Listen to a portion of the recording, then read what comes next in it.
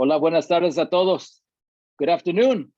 My name is Abelardo de la Peña Jr., Director of Marketing and Communications with La Plaza de Cultura y Artes, welcoming you to today's session of En Casa con la Plaza Cocina. Since April of 2020, a little bit more than a year, we've been bringing you the best of our community's history, art, and culture from our home to yours via these presentations, conversations, performances, and today a demonstration. Our sponsors today, PepsiCo and Kaiser Permanente. If you've joined us on Zoom, please use the chat feature. Let us know where you're tuning in from, where you're zooming in from. You can ask questions, make comments. We'll take the questions, we'll make the comments, we'll intersperse them throughout the conversation here. Those of you who have joined us on Facebook, please use the comment section. Let us know where you're viewing from and make questions, make comments, ask questions. We'll take them throughout the presentation, today's demonstration. All right, well, thank you for joining us again. And to host today's En Casa con la Plaza Cocina, I'll bring up, please, Jimena Martin, our Director of Programming and Culinary Arts. Please join us, Jimena. Gracias. Good afternoon. I am so excited to bring in Emiliano Marantes all the way from El Paso. We had a little time glitch between El Paso and San Antonio, but during COVID, going through the channels and going through Hulu, I found this great show called Taste the Nation, excuse me. And they did a variety of things, and they highlighted ELEMI, this beautiful restaurant in El Paso, and going through with COVID, tracking them down and working with them, but they provide really beautiful food from the very beginnings, indigenous ingredients, ancestral ingredients, and also ancestral process. So without further ado, I'd like to introduce Emiliano Marantes from ELEMI Restaurant. Hi, Hello. Emiliano. How are you? Good. How are you guys? Good, good. Thank you so much for joining us. Thank you for having us. Thank you. I was talking a little bit about how I found you guys during the pandemic watching Hulu. Tell us, how did Padma find you guys? How was that process into being a part of that show? Well, in the fall of 2019, some producers reached out to us. I guess they were trying the show was going to be based on the burrito and border and how it relates to our border culture. I mean, I guess they found out what we were trying to do and how we were trying to work with maíz, just as is one of our ancestral foods. They were real fascinated about that. So even though, you know, a tortilla de harina means a lot to us here in the border community, we wanted to showcase how we try to reach out to our roots by working with maíz. And they were really intrigued with that, and they came and interviewed us. And at the time, we weren't aware of what the show was going to be about. But they were real intrigued with our story, what we're trying to do, and eventually ended up choosing us to be part of the show. Now, great. Can you tell us a bit more about behind the scenes, what you have back there going on with your use of corn? So yes, so we import corn. Well, we have some friends that import corn from these sustainable communities in Mexico. So they buy the surplus of corn from the farming communities. And that way, you know, the corn they make, they're making for themselves. I mean, they're growing for themselves for their own consumption. So that's why that quality is so great. But also so that they can still stick to their ways, their agricultural ways of doing things, and not move away from what they've been doing forever. So we're real happy to work with that company. And what we do is we cook the corn here and we grind it in-house every day, which is a really hard process. But you can't compare the quality of tortillas that we make versus just buying them and doing them a different way. Well, so the beauty of it all is you guys do nixtamal. You guys did from the very beginning. Can you describe to our folks what the process is? Yes, so we get the corn and we boil some water and we use some this chemical called cal. And what this chemical does, I think it's called calcium hydroxide. But what it does, it turns the water into an alkaline solution. So it breaks down the outer shell of the corn, of the kernel, And by breaking down that outer shell, it also allows it to absorb a lot of nutrients and just eventually turns this corn into a superfood. And now it'll be ready for human consumption. And what it does for the tortilla is that outer shell I think it's called the pericarp, it creates, that's what it gives the tortilla the elasticity and how amazing the tortilla can be. So it's the whole process of cooking the corn, and then we let it sit overnight, and in the morning we grind it with 2 volcanic stones with this big powerful mortar to just get that right consistency of the masa. I know today's taco is farm workers taco. I know your family, mom and dad, were pretty much activists. Can you tell a bit more about that and how inspired today's taco?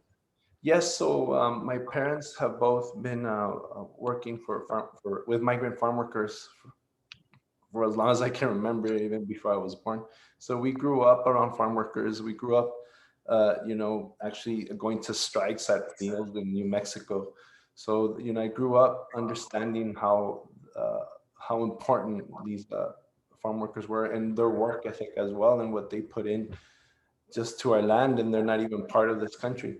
But I did see a lot, and that was a connection I've always had, is the hands that touch the fields, and it's inspired me a lot in my work ethic and what I like to eat and what I choose to serve at ELEMI. And yeah, this taco is a simple taco, but it's also a homage to the migrant farm workers. That's really beautiful messaging. How did you get inspired in the kitchen? I've always liked to cook. I used to work at a tortilleria when I was young, when I was right out of high school, and I was going to school, and I always thought to myself, I really wish one day I could open up my own tortilleria and use real corn from Mexico and do it the old-fashioned way, which at that time not many places were doing it. So that was always my dream of mine. But then I got into the culinary field. I just started working in the culinary field, and I at one point wanted to see if I could put my passion and my expertise and use it in the same, rather than just at the tortilleria. How can I showcase the maíz? So I'm glad that everything kind of worked out at the end. Besides the beautiful indigenous ingredient, the corn that you do in these tamad, but you also go out in the Taste the Nation. You go to Mexico, you cross over to get the chiles, to get real ingredients to bring it back into your restaurant. I think that's what gives it such authenticity.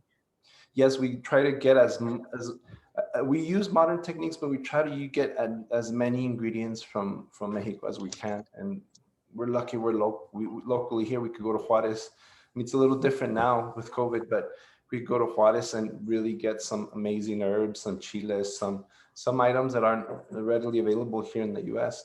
But like our avocado leaves, I just cross the border and get some avocado leaves and things like that allow us to just keep cooking the things we want to cook.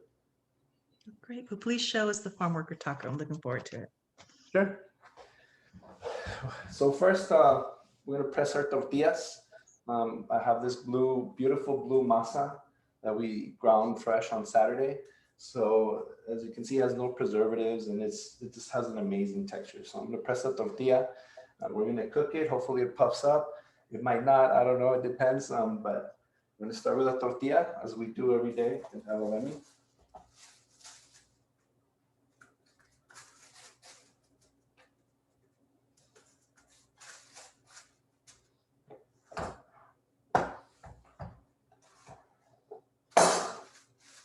I like my tortilla to be even on all sides, so I press it a few times just to get it as even as possible.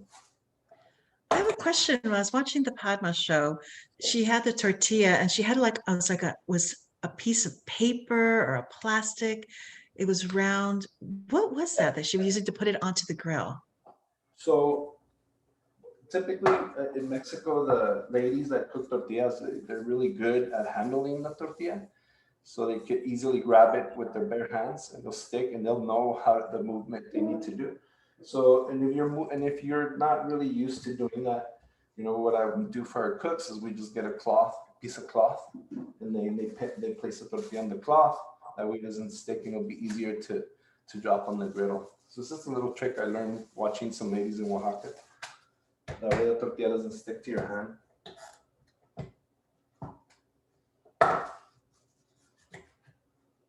Now, do you get blue corn year round or is it seasonal? It is seasonal, but we've been fortunate to get it year round. It all just depends. There has been, I think, one time where I was struggling to get it, but it eventually came up. Because I know here in California, it's like a big deal. There's a local group in Boyle Heights, Kernel of Truth, and they ground their own the nixtamal, they grind their own corn, they make tortillas on site. But I do know when they have the blue corn tortilla, it's like a hot special. Everybody makes a beeline to get them before they go away.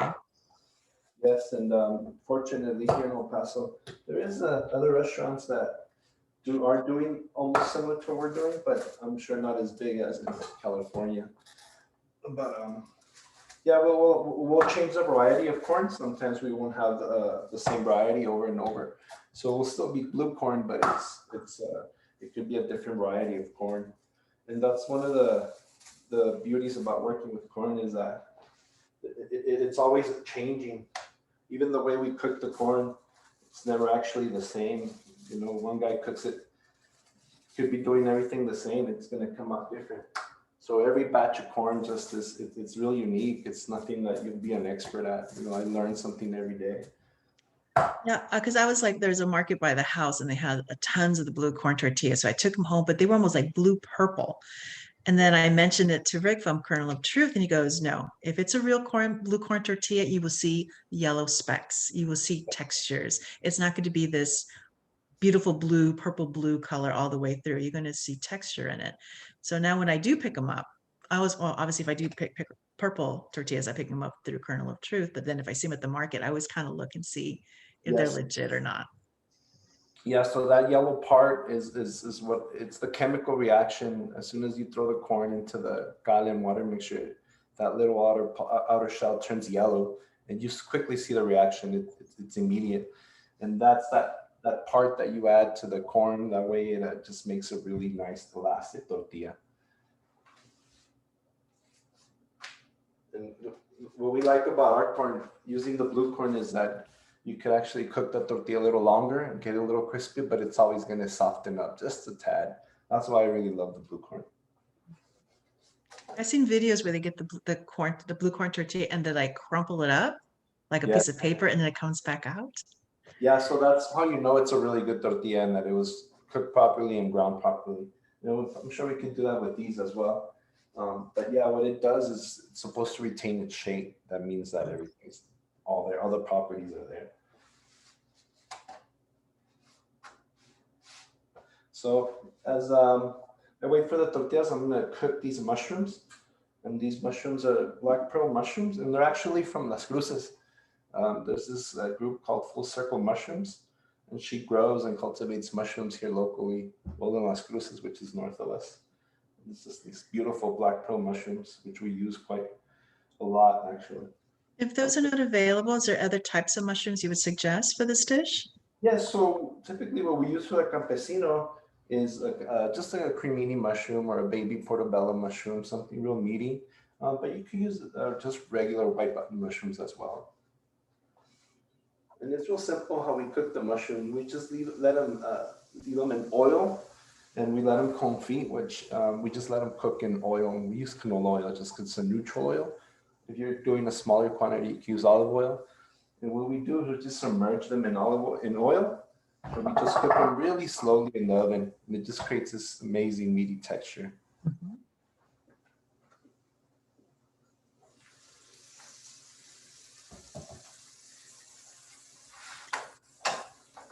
I know you guys have been focusing on nixtamal and corn, but I was reading your bio. You guys only serve Mexican spirits. Yes. I don't know if you kind of saw here, but we had a little tortilla puff right here as we were talking. But they're puffing up quite a bit, actually. You barely see it, but they do puff up.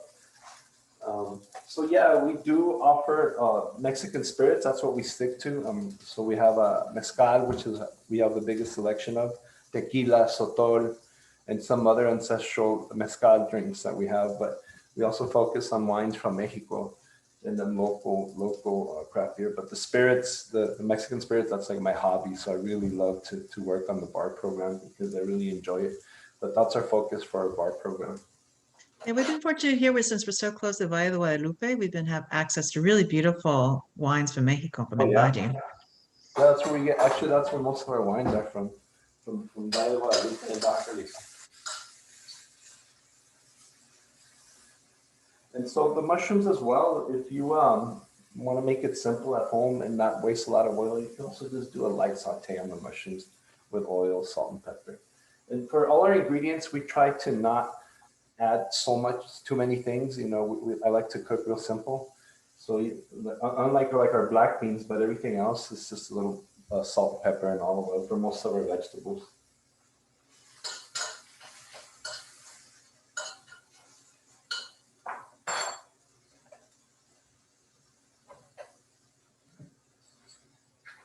So with the sotol, that's something new for me. Do you drink it as is, like a brandy, or is it a mixer, or is it always pure when it's served up? No, I like to drink it. Really good quality sotol. I like to drink it just like that, and it's a really good drink. It tastes real. You could taste the desert in that drink. That's why I really love it. It has like really grassy notes, and when you drink it, you kind of feel like you're drinking all the herbs that are hidden in the desert because it does taste herbaceous. And yeah, it's a really awesome drink. It's really good. It's unique. It's real different than mezcal, but it's still the same. Still almost the same. So. But yeah, so Sotol is, they do grow wild in this area, north of Chihuahua and some of Texas.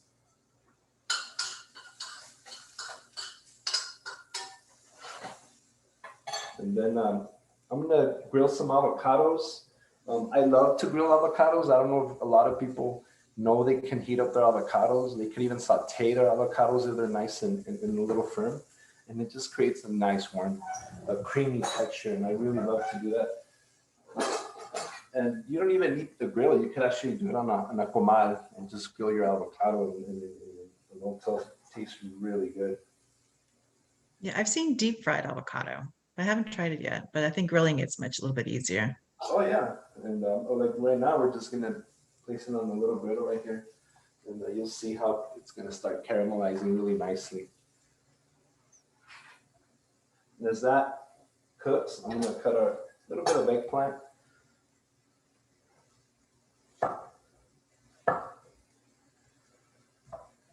So even though this is a vegetarian taco, it's real rich with with the mushrooms and the eggplant. So it's a real filling taco. It's a really popular taco that we serve.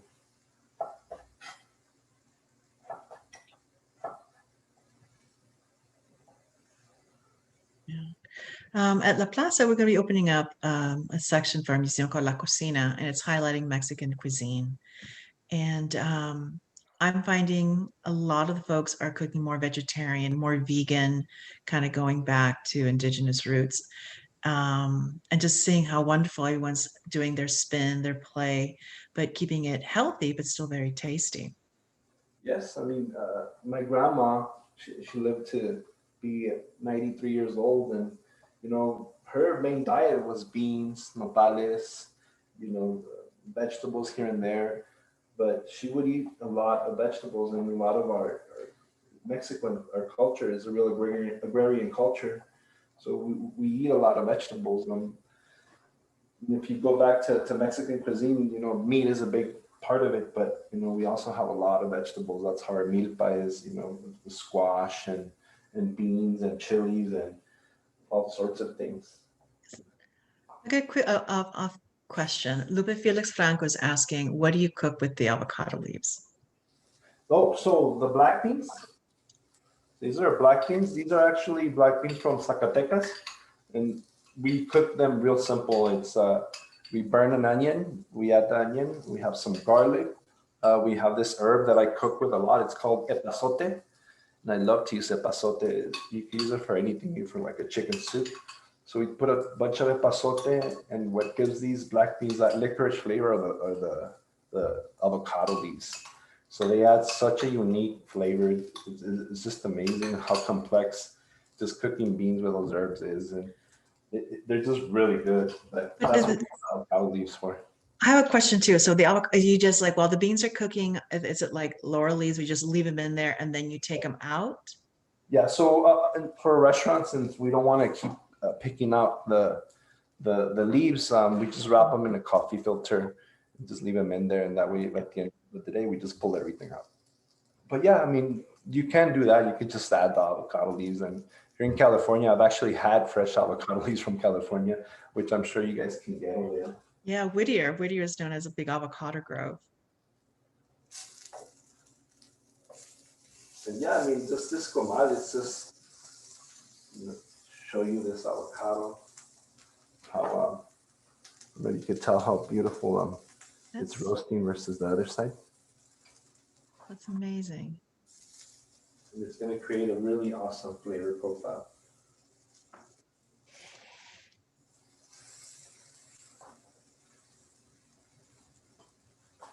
Everything's pretty much cooking well.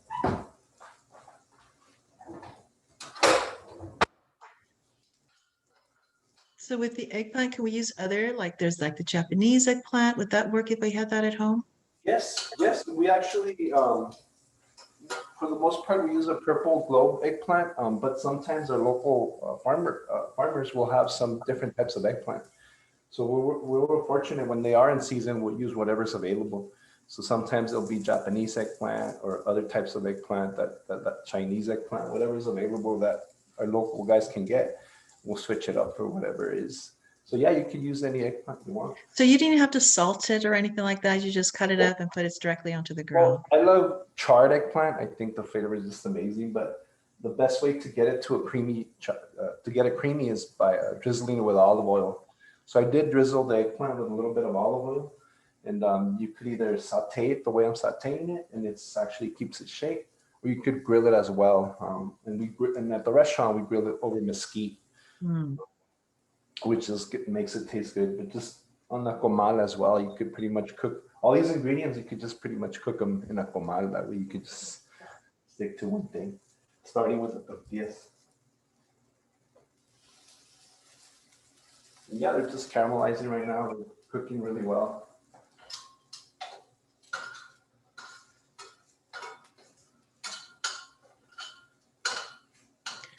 Emiliano, I have a question here from Pastor Herrera. Is asking, you're a very creative chef. Congratulations.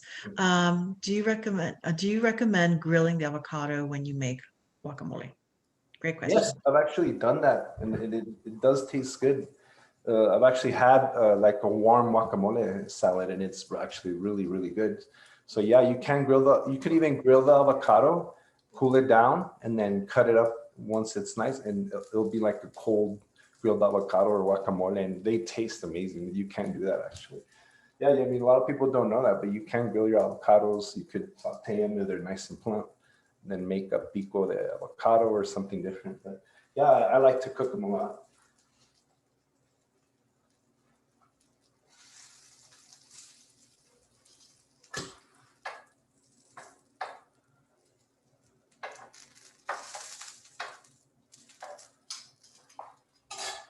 And I'm just gonna go over the tortilla so you guys can kind of see how flexible it came out.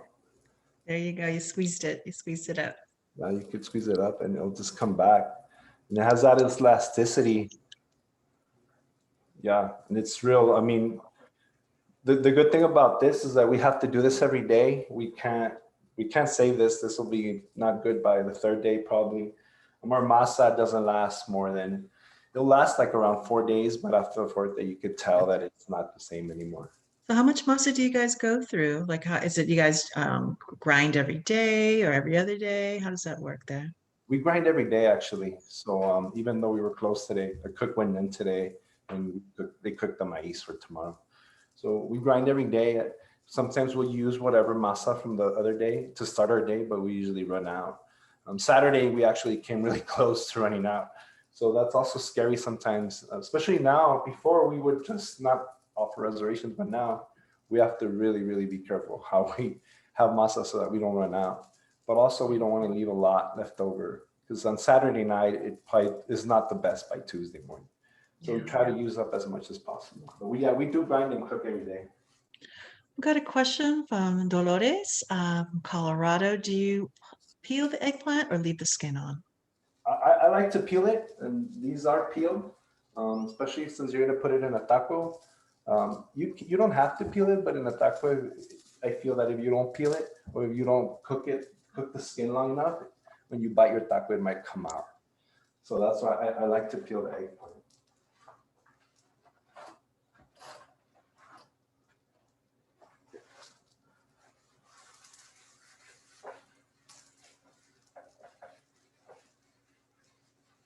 So we're pretty much done. We're gonna start building the taco, and so what makes it? I believe that what makes this taco the best is, yeah, is the caramelized quesillo that's gonna go on it, and we're using this quesillo that's actually made here in Texas. Real simple, just vinegar, milk, salt, and that's all that's used.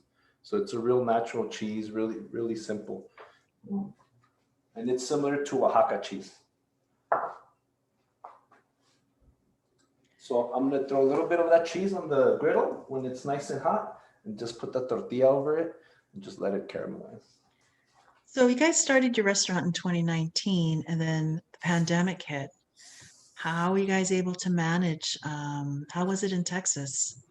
It was a little scary. It was a little tough. When we first closed, we didn't have a lot of answers. We kind of didn't know what to do. So we were just, playing it day by day until we started figuring out things. We are grateful that the show actually came out in June of 2020. And so when we opened back up in May of 2020, it was a little slow. And I mean, rightfully so. We weren't set up to do to-goes as well as we do now. Yeah. So it was a little tough to open, but once we opened our dining room in 2020, it's right when the show came out. So we got really busy. And that's actually what helped us, get over that hump over the year. But other than that, I mean, just taking it day by day, figuring things out day by day. Well, due to the pandemic, do you think, prior, do you think things will change? Like I feel here in Los Angeles, we have great weather and there's a lot of outdoor dining. And I feel like a lot of these places are going to save their outdoor dining, obviously, embrace indoor. But I think the pandemic's created like a new culture of eating outside and then different ways of doing. Is there any changes you guys see in your process there in the kitchen for the Yes, so restaurant? we were small to begin with, and so we would always be packed. And we changed the way we would never take reservations before, but now we take reservations. Mm. So we plan everything a little bit better so that we do space out guests. We don't have that much room. So we were smarter about how we have our layout in the tables and how we seat people. But another thing that's changed is now that we do have time limits. That way, we're not all rushed. We give everyone 90 minutes for dinner, just so that we allow other guests to come in. And for the most part, everyone's been really receptive towards that. And that's what just changed with us, since we don't have much space to expand. We just kind of had to restructure how we seat people, focus on to-goes, fix little things here and there. And yeah, it's actually working now. It kind of did help us figure out some things that maybe we wouldn't have figured out if COVID had not happened. But that's how we're managing this, by seating people the right way, reservations, and just separating as we can. Should you guys have to switch out your menu a little bit? We did switch out our menu. Most of our tacos kind of stayed. We added a little bit more tacos since we were making them more to-go friendly. But we still use the same quality. We still plate up all the tacos as beautiful as when we first started. We were actually able to get a machine that allows us to make, we still have to operate it by hand, but it kind of helps us make more tortillas. So that's another thing that helped us out. So the cheese is nice and caramelized. I'm gonna start building our taco.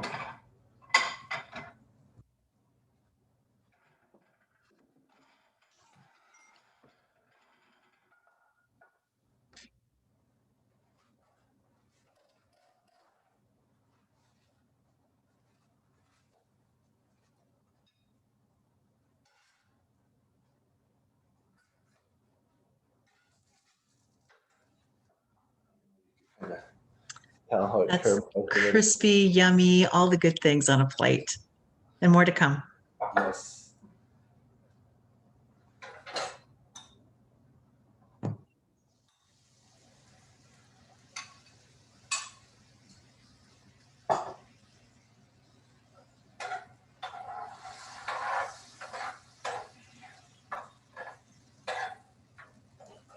I'm just gonna heat up my beans and all the grease that came, or the oils that came out from the cheese. I left them on the griddle, and I just threw the beans on there. Just heat them up in those oils right away. So with all that gooey, cheesy, beany stuff, how do you recommend eating the taco? With a fork and knife or con la mano? I like with my hands. I think that's the best way to eat a taco. Especially with these tortillas, because you can actually feel the texture and how amazing these tortillas are.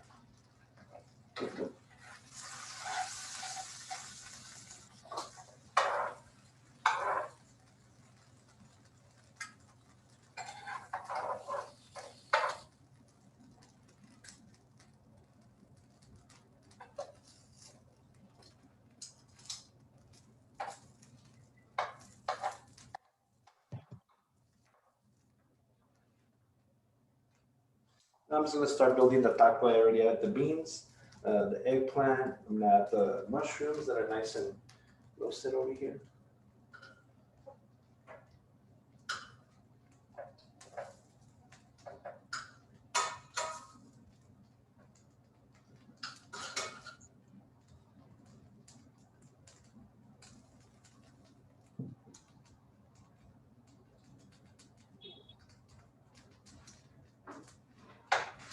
Well, Emiliano, I'd like to thank you so much for sharing your recipe with us. So for those who are joining us on Facebook and on our Instagram and YouTube, we'll be posting up the recipe so you can make this delicious, yummy gooiness at home. Can't wait to try it when I get home.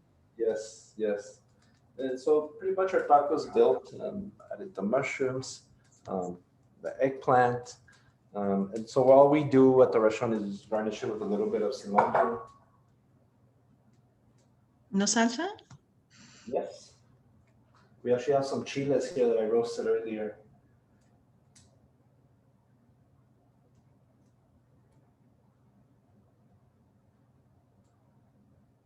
So for those who might have missed us to see all the steps, this is going to be on forever in our YouTube channel. So part of it is that we ask Emiliano if you can hold the finished product. Sure. We'll take a picture. Let me get a chili out here.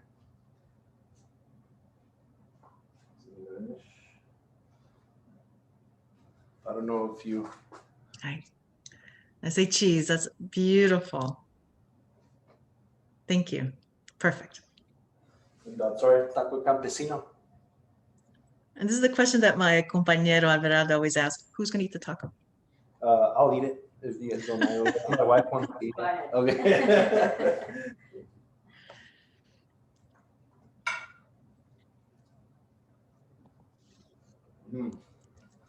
This is always a great taco. No, it looks amazing and delicious. I would say thank you so much. And with your wife Kristal, you know, through Instagram, the beauty of Instagram, just reaching out and connecting. And I know she was saying how busy you guys are, and that's wonderful. Congratulations. And for those who just popped in, please look at this the show on Hulu with Padma. It's Taste the Nation. It's a beautiful collection of chefs, different parts of the country, and I'm so fortunate to have found you. Thank you so much, Emiliano. Thank you, Kristal, for making us all work together. Y con eso, for those who happen to be traveling in Texas to El Paso, how can we find you? So we're in downtown El Paso. Our address is 313 North Kansas Street, and we're actually across from City Hall. So you see City Hall, we're right across from City Hall. And what is your? Oops, I'm sorry. What is your Instagram? Or sorry, Instagram is I think ELEMI.ep. Instagram ELEMI.ep, and then you'll find all our information on there as well. Muchísimas gracias. Thank you so much for sharing.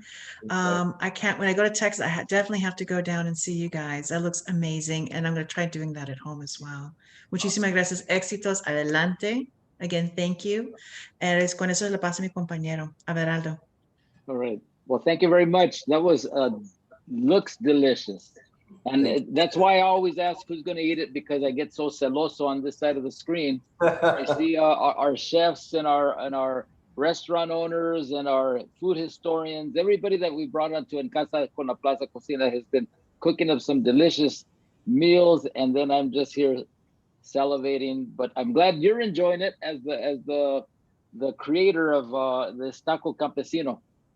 Thank you. So we have let's see Dolores Dweck, also known as Lola from Lola's Cocinas. She says yum, and Ricardo Castañeda, delicious, of course. Awesome. So thank you so much for today's En Casa con la Plaza with ELEMI Restaurant, Taco Campesino, Emiliano Marantes, Lupe Felix Franco. Thank you. I learned so much. Cannot wait to try the grilled avocados. Yeah, that's something I've never heard of, and that really has brought that to our attention. Awesome. Yeah, try it. All right, and I definitely will. My son was stationed there at Fort Bliss for a while, so I did a lot of trips back and forth to El Paso. Now my granddaughter's is one of my granddaughters is based at Fort Bliss, so you may see me soon there at ELEMI. Yeah, we'll look forward to having you. All right, and how about wines from Canutillo? I understand Canutillo is growing a little bit of a wine region. Do you have any of the wines from there? No, we only have wines from Mexico, but there is a little wine community kind of growing south of New Mexico, and Canutillo is a part of that, and Las Cruces as well. But there is it's actually expanding, so that's pretty awesome to see local vineyards come up. And all right, if the opportunity came, we would love to showcase more local wines as well. All right, good. Well, we'll see what happens in this next year as we're starting to expand from the pandemic. I'm glad that you and your restaurant and you made it through these tough times, and that you're thriving. So thank you for that. We're fortunate. All right. So I want to thank everybody out there for joining in today's En Casa con la Plaza Cocina with Emiliano Marantes from ELEMI, and from Jimena Martin, of course, our hostess here at the Cocina.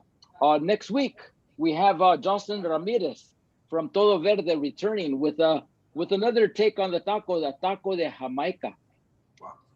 Yeah, Jocelyn, of course, with her company Todo Verde, with her has developed a great following here in Southern California, with their vegan style cooking. So and more to come. Every Monday, of course, 3 o'clock on En Casa con la Plaza. Later on this week, we on Wednesday, Cinco de Mayo.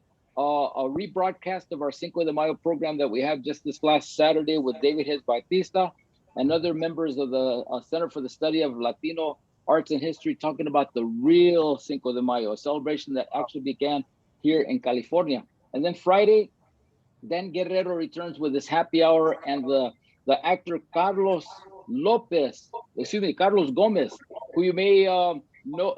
You've seen his acting in a lot of different movies, but now he's in Netflix's Beauty and the Baker.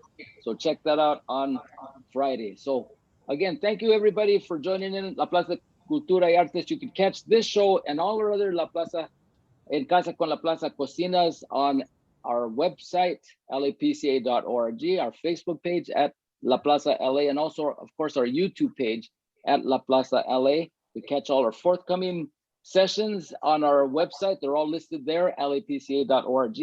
And thank you, of course, to our sponsors, Kaiser Permanente and PepsiCo. And finally, as you know, La Plaza de Cultura y Artes has reopened. We've been open now for the past 3 weekends. We go from Thursday through Sunday. Make reservations. That's the smart way to go. Just like Emiliano now knows, make those reservations.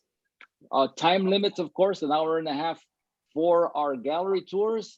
Twice a day, we do the disinfecting before and after your visits, and you're going to have a real good time. So, buenas tardes a todos. Thank you so much.